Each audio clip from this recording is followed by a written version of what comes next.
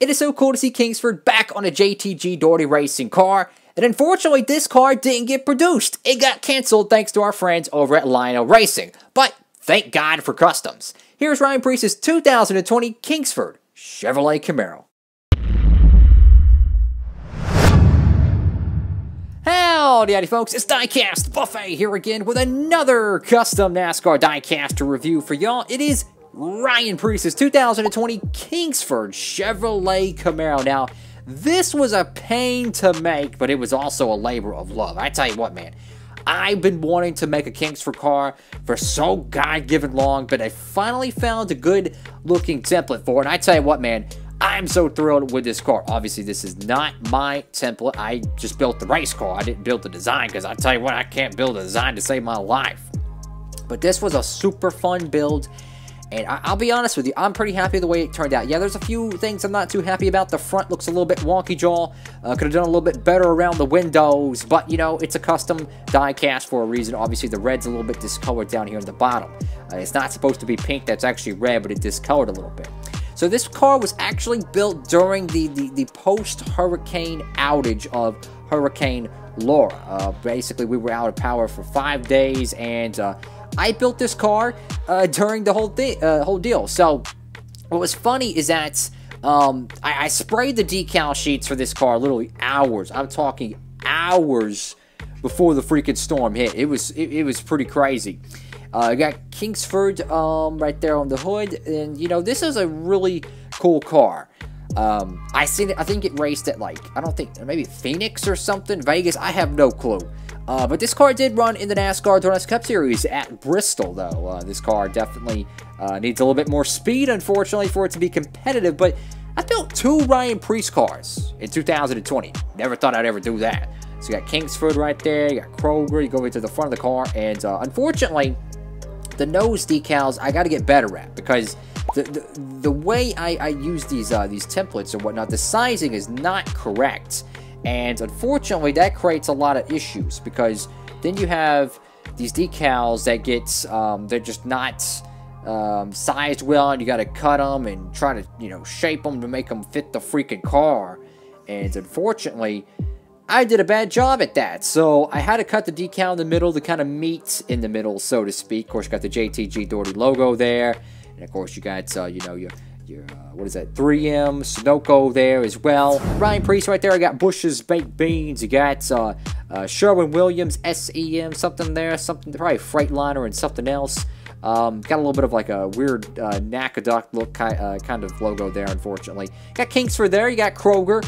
And this car, like I said, this is a custom. It's not going to be perfect, you know. It's just a part of the business, right? It's not going to be perfect. Unfortunately, when I was doing this car, I didn't spray enough clear coat on the decal sheets. And I built this literally in the dark, right? We had no power, and I built this in the freaking dark, right? I didn't make the decal sheets thick enough with clear coat. So the edges started to tear when I was starting to cut. And that's why I had to kind of go around and touch up the red down here. Touch up the blue around here, because this was all going to be left white, right? Any spot that has like a darker shade of blue or, you know, an off-color red was going to be white on the car. So I said, it's either we leave it bare bones white, or I actually try to touch it up with some paint. It's not going to be perfect, but I tell you what, it looks so much better, because all these A-posts and pillars and whatnot would have been left white. This whole part right here, this front piece, it's a little bit discolored. That's because that was going to be left, you know, uncolored as well.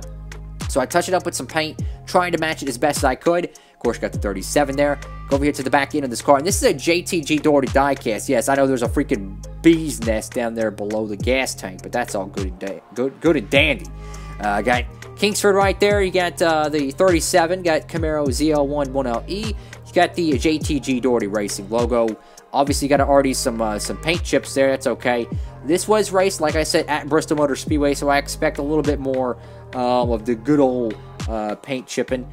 But I really like this car, man. This is definitely one of my, I would say, more recent favorite cars to build. I think we got the template on this one pretty good. Like the sizing wasn't too off. Like the Goodyear's pretty close to the middle here. The back end lines up pretty well. B-post lines up pretty well. And if I messed up on this template too, I couldn't go back and redo it, right? Because I didn't have internet because the power was out. I was out of power for like 5 days. And if I would have messed up on it, well, guess what? I would have had to restart all over again. And I think there's a little bit of paint that like got smeared there. There's like a jagged edge. I don't want to chip that too much because they actually might pull the decal sheet off. But yeah, you could see a little bit of red paint that kind of accidentally got there, but that's okay.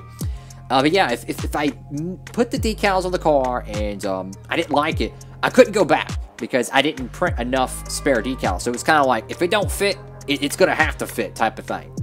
But I tell you what, man, what a fun build, man, because we had no power. Yeah, we had a generator, you know, one thing I will say, extremely blessed to be able to survive Hurricane Lord, you know, very blessed. I tell you what, when that storm hit, man, the wind was so freaking loud. It was loud, and it was dark outside. I just kept praying, right? I just kept praying. Got the number 37 right there. Got Kingsford. I like how the number is centered in the middle there. I like that very much. You go over here to the deck lid of this car. I got Bush's Baked Beans. You got Scott's. Not sure what logo that is. You got Kingsford. I think that's Healthy Choice. Got Nas, Tyson. Of course, you got Reese's right there. I think that's Nature Valley, and then Gillette. I tell you what, man, this diecast is anything far from perfect, but it is such a cool car to have. Like, honestly, like, I'm so glad I actually decided to make this car, and it was a last-minute decision, too.